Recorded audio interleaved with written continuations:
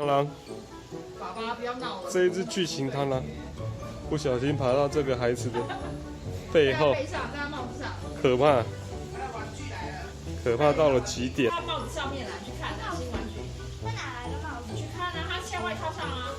这是什么东西啊？还说不是虫？恐怖巨型，你帮他拿掉啊！恐怖巨型螳螂，我不可敢抓，爸怕，爸，你帮他弄掉，跑到他头上了啦。相当可怕，可怕到了极假装是夜莺。